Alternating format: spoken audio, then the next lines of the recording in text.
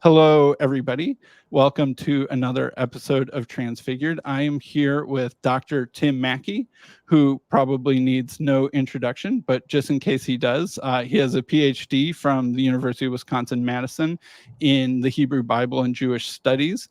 He is currently a professor at Western Seminary, but he is probably most well known as the creative director of the Bible Project. So I had a question that I wanted to ask you sort of about the origins of the Bible Project.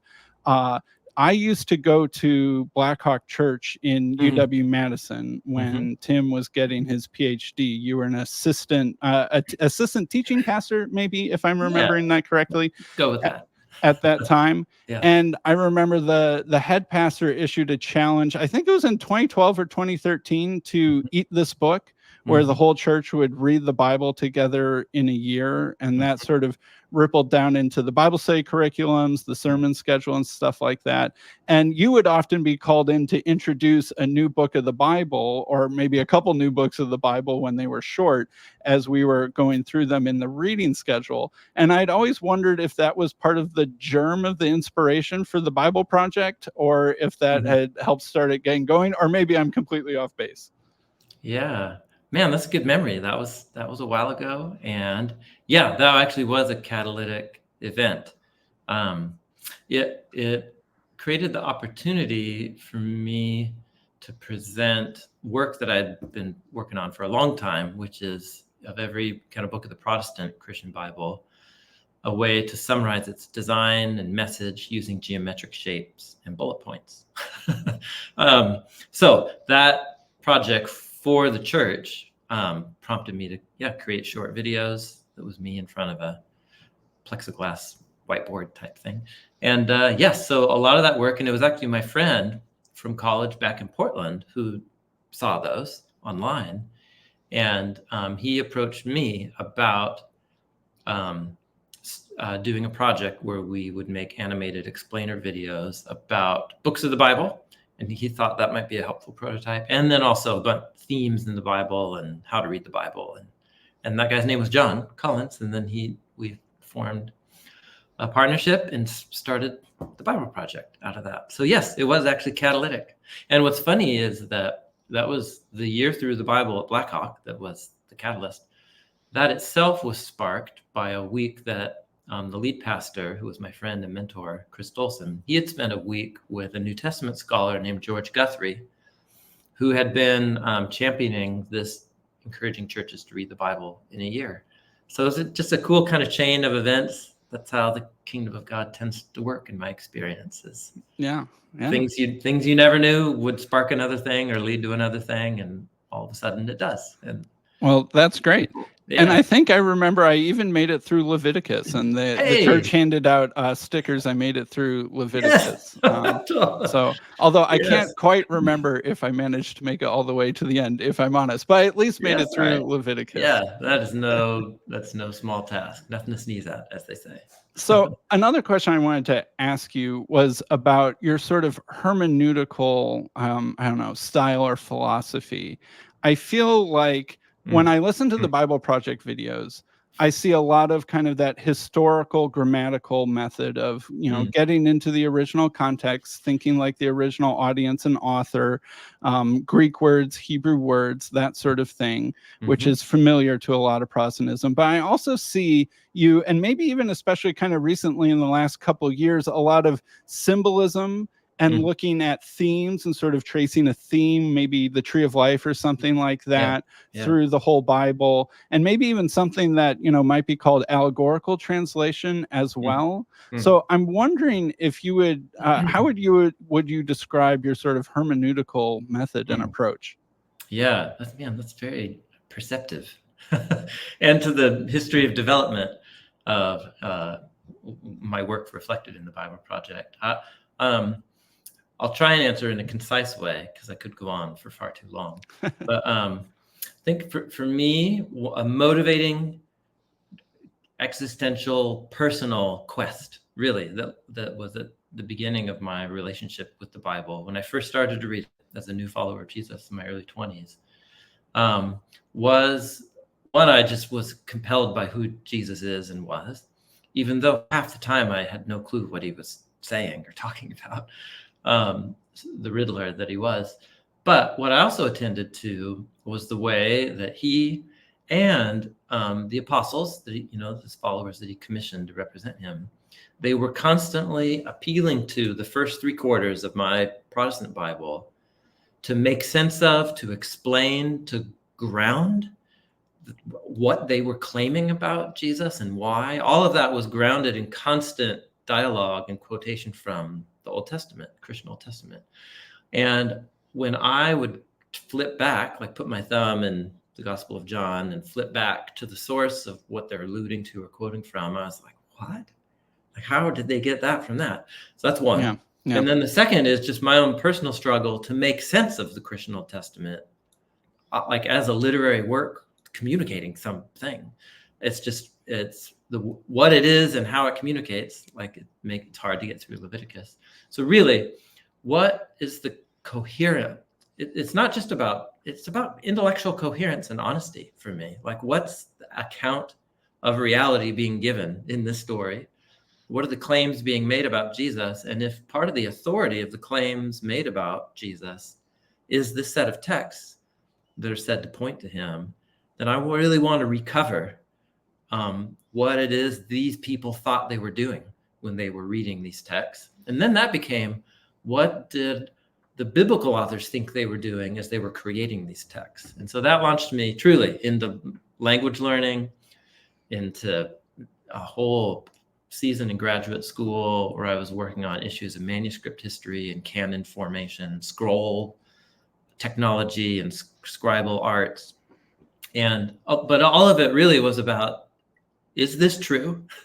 And is it coherent? And are all of these texts hanging together in a way that is coherent, but also that tells the truth about our world in a way that actually is like is it offering the truest account, or at least a truthful account and a depiction of whoever it is who's behind the universe, Mm-hmm. So really, it was pretty personal questions like guiding the whole quest. And so that for me made me want to get a whole bunch of historical and language tools to read these texts in their own context. And what I noticed is that the biblical authors themselves teach you how to read these texts the further you read on into the collection. And the biblical authors are the ones linking all the parts of the Hebrew Bible together, and then the way Jesus and the apostles link it together. And they do so through means that some people might call symbolic or allegorical. But in my mind, it's actually the literal meaning. It's the meaning that's intended by the authors. And the biblical authors brought together all the different parts of this literary collection to help readers notice patterns through repeated language and imagery, so that you start to think of later events in the biblical story as connected to, repeating, inverting earlier stories in a kind of dialogue.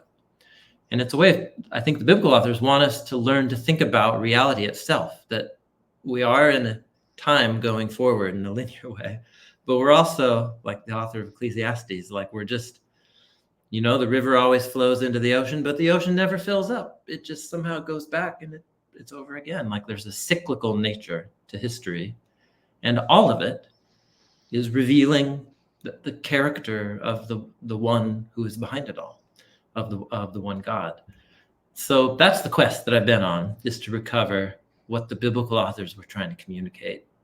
And you can trace that within the development and the collection itself. So that's kind of what I'm after. So do you call that literal? If literal means what's intended by an author, but if an author literally is using symbolism, then I guess you could call it a symbolic. So yeah, that was not very concise. No, that was great. Yeah. I think that there has been sort of a trend recently. I don't know, maybe I'm just seeing things kind of on the internet or patching things together that aren't there, of a greater appreciation for symbolic reading and allegory and stuff like that. And also seems to be related to connecting more with early church fathers and stuff like that, and seeing that manner of exegesis more common in the past than it has been in sort of more recent Protestant history, and sort of reincorporating some of those ideas. Yeah, and I suppose, you could say there's varieties of symbolic or allegorical reading. I think what I'm most interested in is the type that the biblical authors themselves engaged in. Because biblical authors were themselves receiving a literary tradition of scriptural texts from earlier generations. And then also, as they lived the history of their life with God, creating new texts that recounted these new events in their history, say the era of the kings or the period of the exile. But then also they were studying and shaping everything that came before into newer coherent wholes as the collection, developed.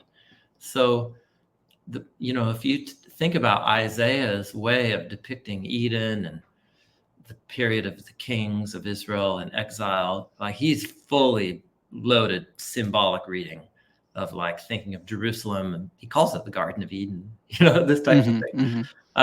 And using the stories about Noah and the flood to describe the armies of Babylon coming through and like that kind of thing. So the biblical authors themselves engaged in a symbolic interpretation of their own history in these texts, but they were doing it not shading out into some land of fantasy. Actually, they were trying to give an account of what is real.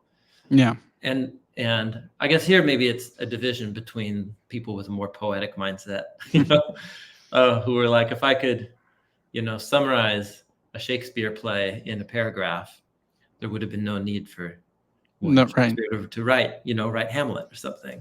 Like the experience of the symbolism actually brings you in touch with the reality in a way that abstract discourse can never do. So anyhow, it's a wonderful question. It's actually one that I think about all the time. In fact, it's motivating me most of my waking hours. All right. Well, I'll transition sort of into our main topic, although hopefully it won't be too abrupt of a transition into talking about the Trinity. And so I guess I'll just sort of ask a very simple but also huge at the same time question. You sort of told me before the mics came on that you've been thinking a lot about the Trinity in the most recent couple years. So what is the doctrine of the Trinity, and what have you been thinking about it recently? Feel free to be, 2 minutes or less, obviously. Yeah, right. I think the way I've been, it's a live project. So every time I talk through it, which is why I was grateful to receive this opportunity to talk with you, Sam. Every time I go think through it, it helps me. I think that I actually have a very similar set of kind of personally invested questions in when it comes to the doctrine of the Trinity that are actually similar to the questions that I had about who Jesus is and how the Bible is about Jesus. Like, what does it mean to say that the Old Testament scriptures are somehow about a rabbi, first century rabbi, who lived in Nazareth and died in Jerusalem, and his followers encountered him alive from the dead again? What does it mean to say the Old Testament's about that? And so for me, it's about the intellectual coherence, the truthfulness of the story and these claims. So in a similar way, I think I began to feel a similar set of questions about the doctrine of the Trinity. How does the Christian Old Testament and the writings of the apostles together bear witness to the one God, the one whom Jesus called Father? And what is the relationship of Jesus to that one that he called Father, and of the Spirit? And how do you end up with these formulations about the identity of God that later generations of Christians embodied in the creeds, in the development from the Apostles' Creed to Nicaea to Constantinople to Chalcedon? Like, how did we get there? How did this set of texts generate that? And how is it that this Orthodox Trinitarian conception of God was quite controversial as it developed, but yet it also was compelling to many people across time and spaces over many generations, such that most Christians with a high view of Scripture and a view of Jesus as God become human, however you might define that, give their assent to a Trinitarian definition of who God is. How did that happen? And if the scriptures are the basis for that understanding of God as Trinity, I want to understand like how you got from A to B to C. And that's kind of what's motivating the quest. Okay, and I'll say one other thing. What I often thought was that the doctrine of the Trinity was solely the result of the claims of Jesus, the words of Jesus, and then the writings of the apostles, the New Testament. And what I became so fascinated with as I began to read, especially just the first 4 centuries of the earliest Bible nerds, for them, the most compelling case for a Trinitarian depiction of God was all important passages from the Old Testament. Like it was sort of like, yes, Jesus in the New Testament, but mainly like the ground of what they're doing is the Old Testament and passages like Genesis 1 and Proverbs and many, many Psalms. And that was fascinating to me. And so then it became another cycle of a similar question, but this time not about Jesus as such, but about the Trinity. So that wasn't 2 minutes, but that's that's essentially what's motivating. That was obviously a joke. Honestly, I probably would have been disappointed if it were only 2 minutes. So how does that make you think about sort of the role of development of doctrine and sort of being, we talked when we were talking about hermeneutics, being faithful to texts in their original context, audience and author, but also this, is a book that's stretching through thousands of years. So how do we think about, being faithful to the authors of the New Testament, being faithful to the words of Jesus, and also thinking about this historical process that you described through the, 3rd, 4th, and 5th centuries that's often kind of messy and full of disputes and arguments? Yes. Yeah, man, it's the wonderful world of the development of Christian thought and theology. Maybe one kind of grounding point, and again, I'm processing in this season of my life, and so this to me has been a helpful beginning place. A really core portrait about the God who's revealed in the pages of Scripture. One really important like grounding principle is the creator versus creature kind of distinction, especially when it comes to knowledge.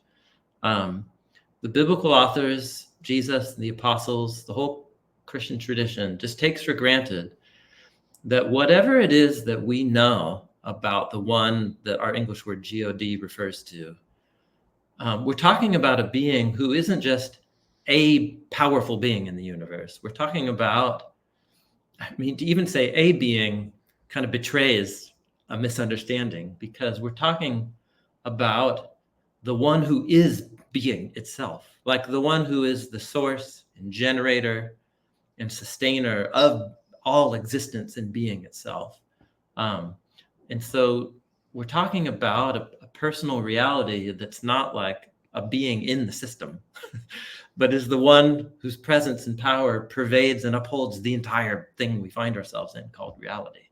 So whatever knowledge that we think we have, or whatever, and this is really important, whatever knowledge that this being, that this one might communicate about that oneself, will always be partial. Our understanding will always be partial and limited, like a dog understanding algebra. It doesn't actually have the faculties to ever say that it has a full understanding of the nature of algebra, or the one of us, of the one that is. But that doesn't mean that we can't know anything, or that the things that we partially know in a limited way, that doesn't mean that they're not true. They're just true insofar as a human can imagine it, given our actual physical hardware. So to me, that's kind of become a grounding principle that I think underlies a lot of language in the Old and New Testaments about how the ways of God, the mind of God, is always infinitely more than we can know or imagine. My ways are above your ways, as Isaiah the prophet put it. So the biblical authors take for granted the fact that whatever it is that humans are going to know about God's purposes and what on earth is going on in the universe and who God is, it will be something that will be partial and developing over time. And so the fundamental picture of God as mysterious to Israel, and the prophets like thanking God and accusing God at the same time. You know, biblical psalms that are like, you are good, you're the creator of all, but why have you allowed this evil and our enemies? And who are you? Are you asleep at the wheel? Wake up, you know, but you are the sustainer of everything. Like, is the biblical authors themselves had a long history of wrestling with the mystery of God's purpose. And so if I really let that sink into my consciousness, I think I will be less scandalized by the fact that the nature of the God revealed in these texts and in the story of this history is one where a greater deepening awareness of who this God is and how we might talk about this one is going to develop and keep developing. But the development is about seeking continuity with what has been said and how God's revealed God's self, but that also not limiting the full revelation of who this one is to simply the wording of what was said before, but it's about the ideas. It's about, so this is quite abstract, but I'm trying. Sure, yeah. So maybe you might say, I had a friend recently say it this way, you know, the James Webb telescope that, you know, went up in space a couple years ago, you know, has been giving us higher resolution imagery than ever before of things that the Hubble Space Telescope before that gave us comparative blurry images, and the Earthbound telescopes before that. And so, but, you know, if you compare these photos, there's all these, you know, YouTube videos that will show you a development of images of like a given nebula or something, that it goes from a blurry dot, you know, to with Hubble, like a little bit more definition, and then James Webb, even more definition. And you can just assume that the full reality of what that nebula is would continue to develop the more you could progress towards it. Something like that is what's happening with the story of the Bible. And so the fact that a 4th or 5th century formulation of Christian Bible nerds who are reflecting back on the portrait of God given by the apostles about Jesus, and them as a revelation of who God is from the Christian Old Testament, like that doesn't bother me anymore. It used to bother me because what I thought was, well, if it's true once and for all, and it'll be truth unchanged.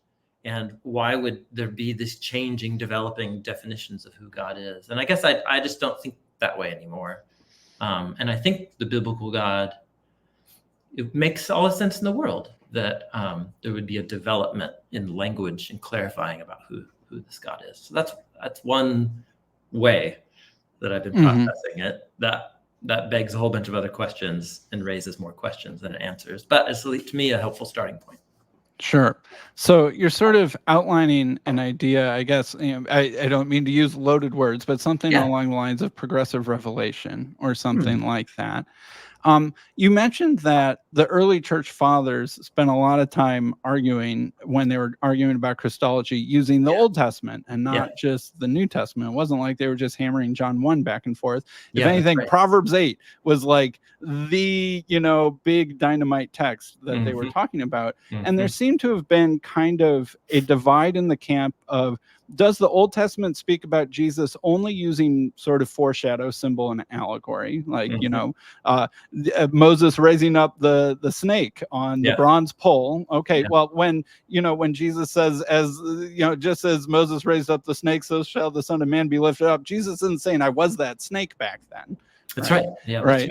But then some people are like, well, you know, Jesus actually is a character in the Old Testament more than just in foreshadow and allegory. Sure, foreshadow and allegory, fine. But also, well, who's this one who shows up with these two other angels to Abraham discussing about what's going to happen to Sodom, and he's being called Lord, or sort of being called God in a certain sense, or who exactly was in the burning bush? And this tension, kind of what you were talking about, between this unknowable God whom we can't see, but yet people kind of seem to see him, at least in some fashion. Yeah. And so what's going on with that? So anyway, I just threw around a bunch of ideas. So I'll pass it back to you. How are you thinking about sort of those traditions in early Christianity of seeing Jesus not just as a foreshadowed character, but as an actual character in the Old Testament. Yeah.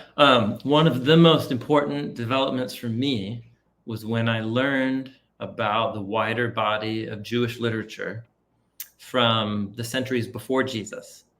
And so here we're talking about, this is post-Hebrew Bible, but pre-Jesus. We have centuries and a rich literature of liturgy, biblical commentary, new works that are inspired by imitating biblical texts, the Dead Sea Scrolls. And one of the most astounding things is that you can see committed Jewish, like, we have one God and no other, like the God of Israel. But in these texts, they are bearing witness as they are reading their own scriptures. They are bearing witness to this developing understanding of a differentiation within God, the one God's own self. So that you can, and a lot of what they are meditating on is these portraits of the one God of Israel, who both exists in a transcendent, unknowable, unseeable form, like the one up on top of Sinai in the cloud, but then all of a sudden, Moses or Ezekiel or Isaiah will have encounters with this one, and what they see is a humanoid figure, like in the divine cloud or glory, a figure that, like, Ezekiel will call in Hebrew an ish, which is the Hebrew word for man, or elsewhere he'll call it an Adam, like a human one, or he'll say one like a son of a human, like in the book of Daniel, chapter 7. So what's happening in the oldest stages of how these texts were formed and what those ideas are, people have a lot of conjectures about that. But if you think of the Hebrew Bible as like a museum exhibit where literature of many different periods have been brought together into one coherent collection, the way an ancient Egypt exhibit might have a beginning point and you're being guided through. And the material all comes from lots of other times and places, but it's been arranged by a curator or curators this way for a certain message for the audience encountering all this material in this form. And the Hebrew Bible is very similar, that the final shape of the Hebrew Bible in all of these different depictions actually have a pretty nuanced portrait of Yahweh as, and there's a Bible scholar named Philo who lived down in Alexandria, Egypt. And he actually talked about this angel of the Lord as his Greek phrase, deuteros theos, a second God. In other words, he saw within the one God of the Hebrew Bible, whom he confessed, one who was also two. And what he was just reckoning with was these texts and how do you deal and get coherence out of these portraits? So you have the angel of Yahweh revealed to Moses in the burning bush, and then all of a sudden it's just Yahweh talking.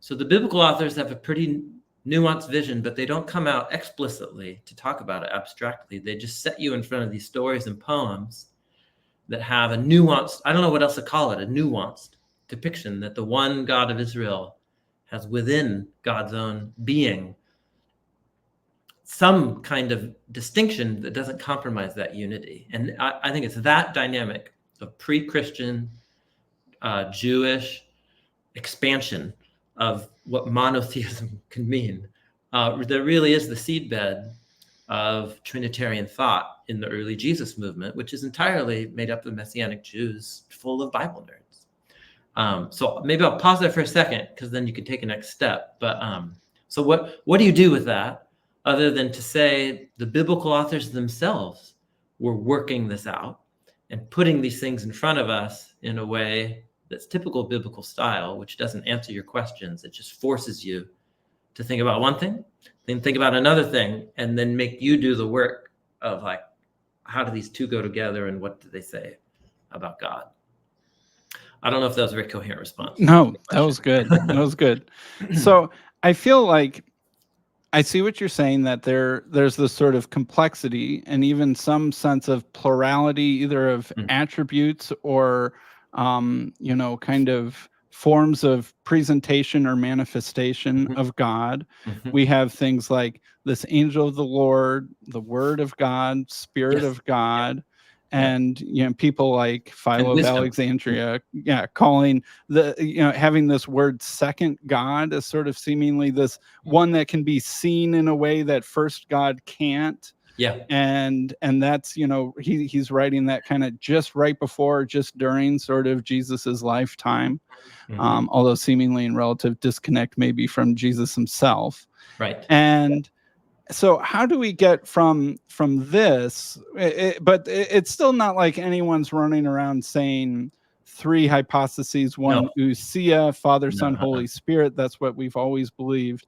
How do we get from kind of that complexity, I guess, of that sort of Second Temple Jewish period to something that looks kind of like what many Christians will recite in their creeds today? And I don't. That's also a huge question, and you can take even more than 2 minutes. Well, so maybe I'll go back to the telescope analogy. I think for me, it's important that there's continuity in the development of the images. In other words, that what was a blurry like light down in the right corner doesn't just disappear, and then you get 3 images in a green light in the middle that was never there in any of the early images. Like, in other words, if that's the reality, that's the reality. But more than likely, if you have increasing clarity about the same thing, it's going to be, all of the images are going to be in continuity with each other. At least that's what we would expect in a rationally ordered universe, I think. So what we have is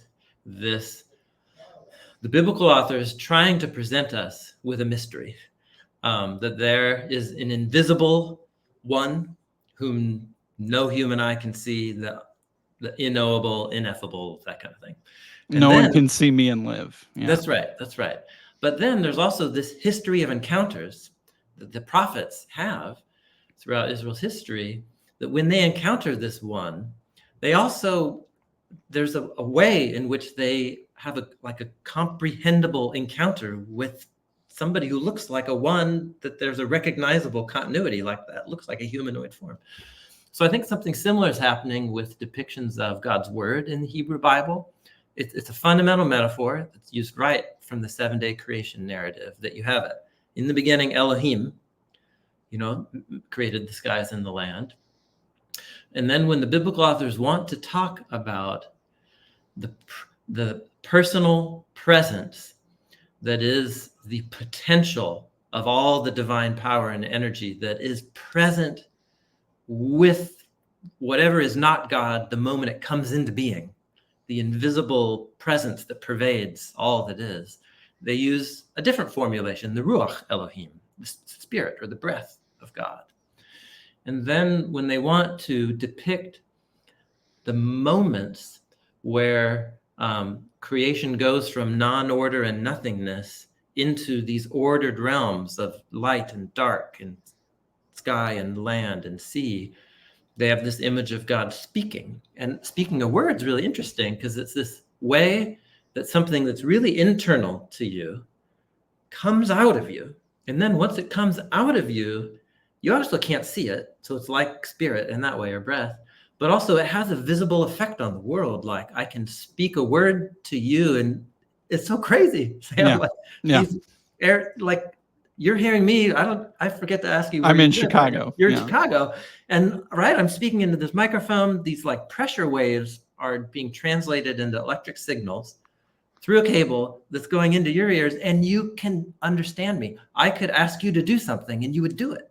Yeah. Maybe not. Maybe you wouldn't. And in this weird world, people can listen to this like kind of as if they're synchronized, but also not synchronized for years on end. And then it's amazing. What you say will get in their brain and affect the way they think and what they say. Yeah. We live in a land that's stranger than the strangest science fiction movie. So what a word can do is communicate something of the ordering of thoughts in my mind and convey that to another. That's one of the primary images the Old Testament authors draw on to talk about the way that the one God affects purpose and order in history. So there's a rich tradition, same with God's wisdom in the Hebrew Bible. Wisdom is about ordering and coherence, and that creation is a display of God's wisdom. So this is all already like written in the minds and imaginations of any Jewish person who's steeped in these texts, which many of them were. And so for Jesus to go around saying and doing the things that he was saying and doing, and then for the apostles, well, actually, hold on. Okay, that's actually the most important step, I should say. The most important step isn't just a bunch of old texts and ideas, because we didn't get from the Hebrew Bible or its Greek translation to a bunch of Orthodox Trinitarians just waiting for the Messiah to show up. What also, like the indispensable ingredient in the recipe of Trinitarian orthodoxy is the event, the person and the events of Jesus himself, what he said and what he did, and especially, it seems, by the language of the apostles, that the life, the death, and the resurrection of Jesus, and then the gift of the Spirit, post-resurrection and Pentecost, that all of these were crucial ingredients without which you wouldn't end up with the developing concept of the Trinity. So now you have two necessary ingredients, the Old Testament and the events surrounding Jesus. And somehow when you put that combination into historical events, it started the trajectory. And so, man, there's so many places you could go in the Gospels. I think for me, another powerful learning was a movement in New Testament scholarship that's really in sync with literary scholarship of the Hebrew Bible, to say the gospel accounts are Jewish literature. They communicate in the more implicit, indirect, symbolic, interconnected way that Hebrew Bible does. And so the claims that they're making about Jesus are all happening narratively, all happening implicitly. And so a Jesus walking on the waters, and the language used is using language from Israel's Psalms about Yahweh walking on the waters and taming the sea. Like, these are implicit arguments that somehow in the person of Jesus, the one God of Israel, Yahweh, is revealed. For me, probably the most significant one is the way that, sorry, no, I'm talking a lot, but you said you have a nerdy crew. Go for it. Nerd out. Keep going. This is great. So the way that the Hebrew letters of, I'm saying Yahweh, but it stands for 4 Hebrew letters called the Tetragrammaton. And in observant Jewish circles in the centuries leading up to Jesus, pronouncing of the name was mostly shied away from, and an alternate word was inserted into that, and that was the Hebrew word Adonai, which means master, like on analogy to a king or a ruler or the owner of a slave, a master, Adonai. And so the Greek rendering of that, when the ancient Near East got Greekified, thanks to Alexander the Great, was Kurios. And so what's so fascinating, you can go through the Gospels and start watching these narratives and narrators and characters within the story start referring to Jesus as Kurios. And sometimes it's really quite astounding, where you have like Thomas at the end of the Gospel of John, and where he uses this phrase where he sees the risen Jesus, puts his hand in the hole, your finger in the hole, and then he says, Kuriosmu hathasmu, my Lord, my master, and my God. And importantly, he uses the Greek word the God of me, which is highly significant because the use of the word the with God is the Jewish way of signaling I'm talking about Yahweh, the God of Israel. Mm-hmm. The capital G1, not some lowercase G1. Yeah, that's right. So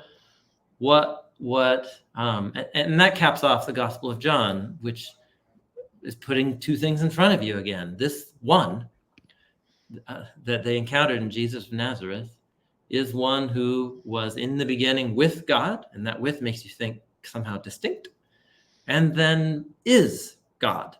But the article is not used in the word "the" is not used there in John 1, which leaves open an ambiguity about the identity of this one.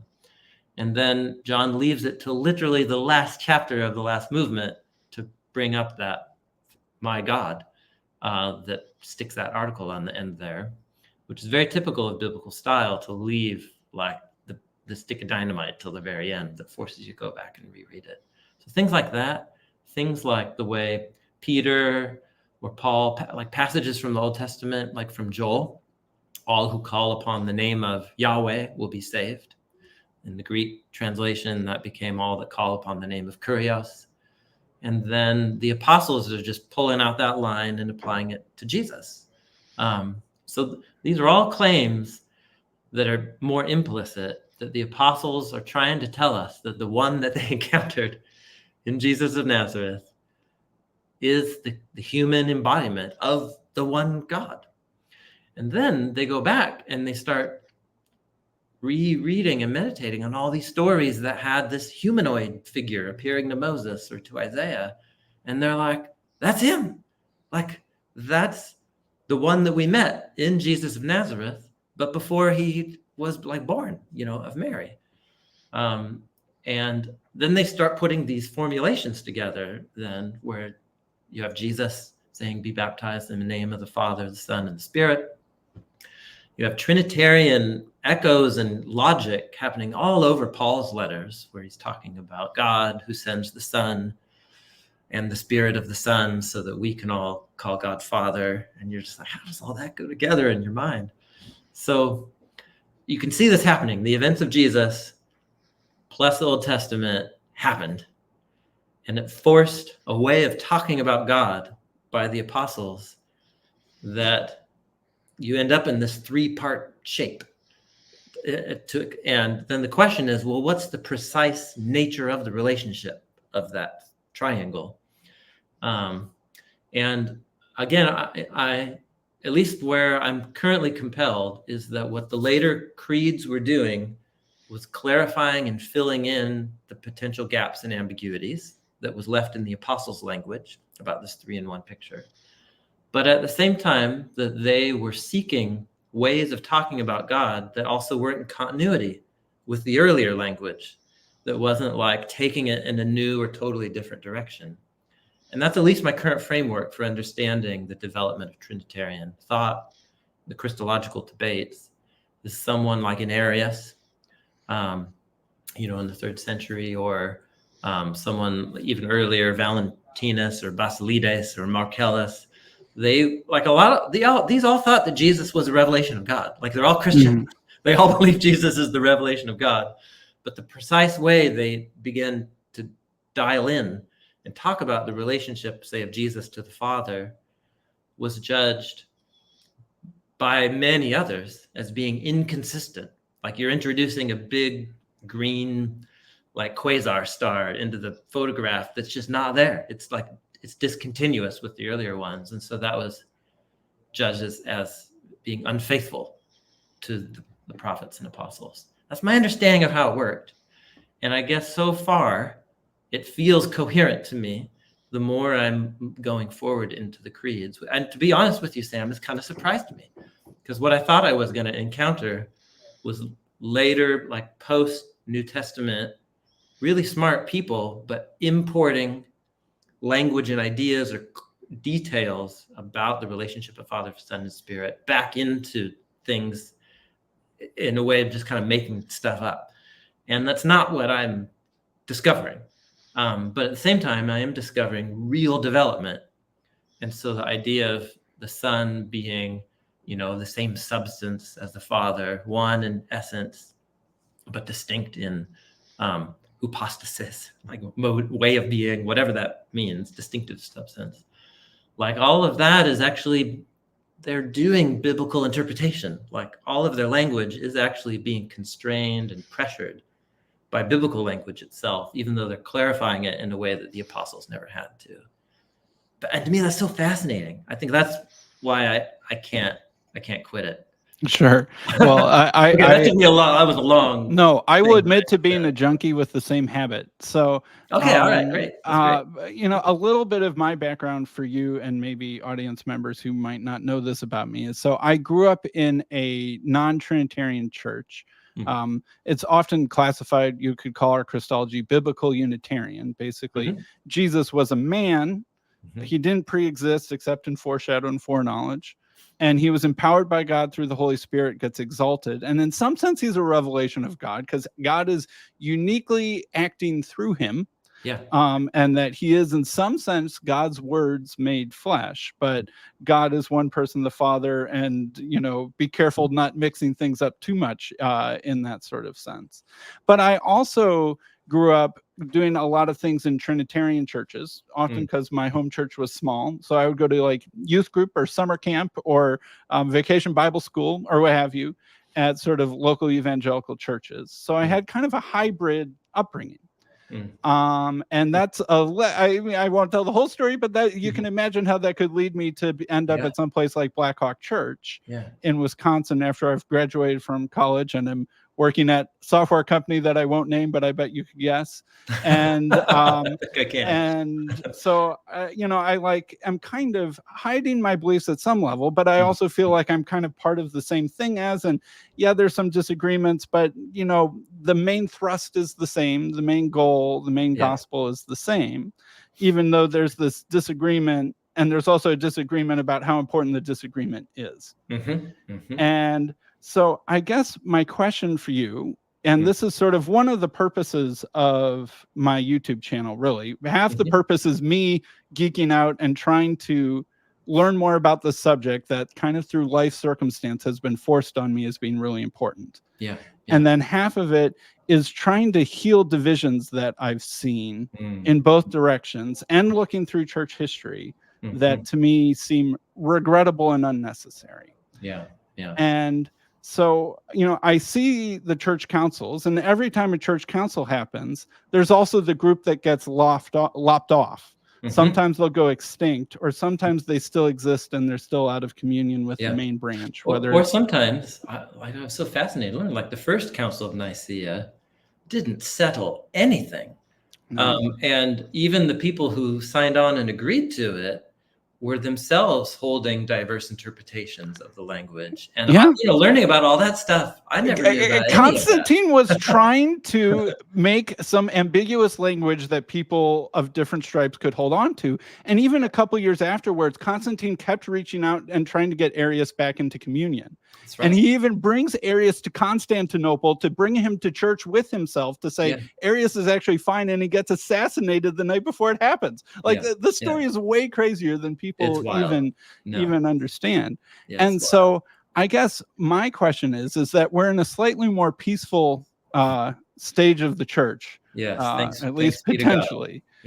So how can Christians who may or may not agree on this subject discuss this subject, and even what level of fellowship or communion might be possible across some of these lines? Because like you alluded to, people think that they went away. They often really didn't go away, and many of the same divisions, if not more divisions, still exist. That's totally right, man. Sam, those are all the right questions. They're all questions I'm pondering too. I think another kind of clarity moment for me that's been helpful is in terms of everything that I've tried to explain about my understanding and journey so far. It's about the intellectual coherence and the continuity of the language about God that's fully developed and how it relates to everything that's come before. That's one thing that's at stake, like intellectual coherence and a claim of reality. Another thing that's at stake, I think, though, and why both the apostles and then all the bishops involved with these creeds, what they feel is at stake isn't just language about God in terms of what words we use and having correct beliefs. What they really believe is at stake is a different story about the world and who we are and who God is. Like they really believe that that's what's at stake. And so if Jesus is put in terms of like a line between creator and creation, if Jesus is below that line, then that I think does logically lead to a whole bunch of implications about who God is, what creation is, what it means for God to rescue or recreate or rescue creation, and then what the relationship can be between those two. I think you do end up in a different place if Jesus is below the created line or as a part of the creator. And then what would it mean to say that? And then you got to iron all of that out. And so I think the same with the Spirit. And so these two issues of intellectual coherence and the language of scriptural tradition and continuity between it all, but then also to what kind of story do different conclusions lead? And I currently am compelled that it does lead you to a pretty different story. And then the question is, well, are those two different stories that want to claim to be faithful to the tradition, how incompatible are they? You know, and maybe this is part of the fruit of, Western pluralistic liberalism has given many things to the modern world, many of them not good, but some of them good. And one of them is creating a model in terms of the classic liberal society model of people coming around common goodwill towards our human flourishing, while also allowing and tolerating really divergent beliefs about what is true. And that actually the best way forward for humans is if we don't kill each other about that stuff, but we learn how to live together and learn from each other in an environment of peace. And so I think maybe I'm also shaped by that tradition. I'm also shaped by the nonviolent ethic of Jesus, in his teachings. And so in my mind, the best way forward is to keep having conversations where you're learning from people, and the truth will be revealed because it's true. And it may be that the truth as you see it and I see it will remain different throughout the course of our lifetimes. But again, we're back to that thing of limited and partial. But that doesn't mean it's a free-for-all. I think it's okay to say, I think we disagree. And I think this way of seeing things is in more continuity. You see it differently. So maybe it's better if we're in different church communities that reflect that different language and those different ideas. But that doesn't mean, that we're not brothers in the Messiah, like we are. And it doesn't mean that God isn't on a mission to redeem all of creation and humanity, because God is, despite our differences on that matter. So I guess that's kind of the general tenor of how I think it matters, but I also think that we should be able to display the ethic of Jesus towards each other in the same way that, followers of Jesus should towards all human beings. It's probably not an adequate way of talking about it. That's a part of me thinking about this topic that's very much under construction. So that's where I'm at the moment. Sure. Well, I appreciate that, and I appreciate your honesty, and I appreciate I agree with you that we should be more peaceful than some Christians have been on this subject in the past, and that we have new opportunities to be so. I want to be respectful of your time, so I'll sort of give you the last word. Anything else on your mind, or any other thoughts that you've had on our discussion today? Well, I suppose on a personal level, all I can do is allude to this, to say this hasn't been a purely intellectual journey for me, even though my whole journey of following Jesus has been mind idea forward. This journey into really reckoning with the reality of God's presence and what this Trinitarian portrait of God means has become deeply personal in a way that goes beyond my language and ideas. It has renewed my commitment to prayer, my commitment to the spiritual disciplines, my commitment to the poor in my city. It's really worked me over, and it was just really surprising. I didn't expect that, but it's really led me into deeper places in terms of my own relationship with God. That has been a gift. And I think it's all the way back to that little line that comes out 2 times in Paul, is the moment when we say that we know God, what we're really saying is that we are known by our Creator. We are in intimate union with our Creator. And any little advance in my own understanding is really just a tiny step towards the infinite leap that God made towards all of us back at the moment of creation. that he wills and sustains our existence, and that he loves us more than we can imagine. And that's become more real to me in experience because of my journeys exploring the Trinity. So I don't know. I guess that's the last thing I'd say, because it's also the most real to me. Well, I thought that was beautiful. I heartily agree. I think this subject, I will agree that you may start intellectual, but you will quickly find that it's much more deep than that, and it hits you deeper than just your, cerebellum or something like that. It gets all the way down into you. And so I think that's the main purpose of this channel, is to invite people to really think hard and seriously about the identity of God, who is Jesus, and what is Jesus's connection to that God. So I'll thank you again, Dr. Tim Mackie, for your time. I really appreciate this. This was a wonderful conversation. Totally, Sam. And just the last encouragement: creating spaces, environments where people can talk about the most important things, and truly differ, and then engage that difference. That's so important. Like, it's so valuable. So thank you for doing what you've done. My pleasure. Yeah. Dr. Tim Mackie, thank you very much. Yeah, man.